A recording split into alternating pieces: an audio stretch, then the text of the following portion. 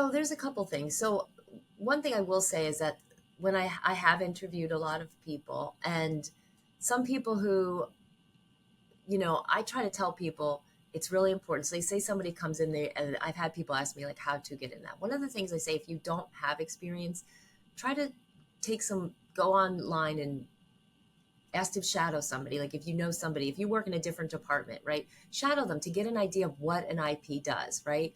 Or take some classes. So something that I find, which I think is very helpful. If I see someone, obviously, if they have experience, that always helps. But if someone's coming in with no experience, especially, I look for somebody because I love to give people an opportunity. But I really love somebody who has an interest, who understands what IP does and has a desire and really wants to do this and shows an excitement. Because I think sometimes, like, to really, what I have found is for people to really want this career, to understand and to understand it, and to want to likes to do different things, right? I think it's important that you can't want to sit at a desk all the time.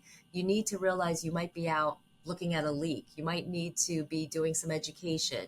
You might need to, oh, there's an outbreak. So you have to be able to multitask. You have to want to be able to do different things different days. I mean, that's what I've always loved about the career, is that every day I come in, it could be something different, right? Knowing the things that I've had to deal with, like I said, we had a water main break, or there's a leak, or a ceiling tile is coming down, or there's construction, or, you know, uh, a washer is down, a disinfector, and now what do we do? Or, you have to deal with rounds today in education, and you have to be willing to do a little. And then you have to do surveillance, of course, and infections and all that. But you have to be able to say, and I look for somebody who loves, has an interest, and can and is happy to do different things. And I think that's important. I think, in my opinion, you know, people that have been really successful, again, this is my opinion, um, are happy to do those different things and want to do them. You have to be a little bit of a investigator, right? When you're researching infections, or gee, why did we have this outbreak, or what's happening? You need to be able to do those different things.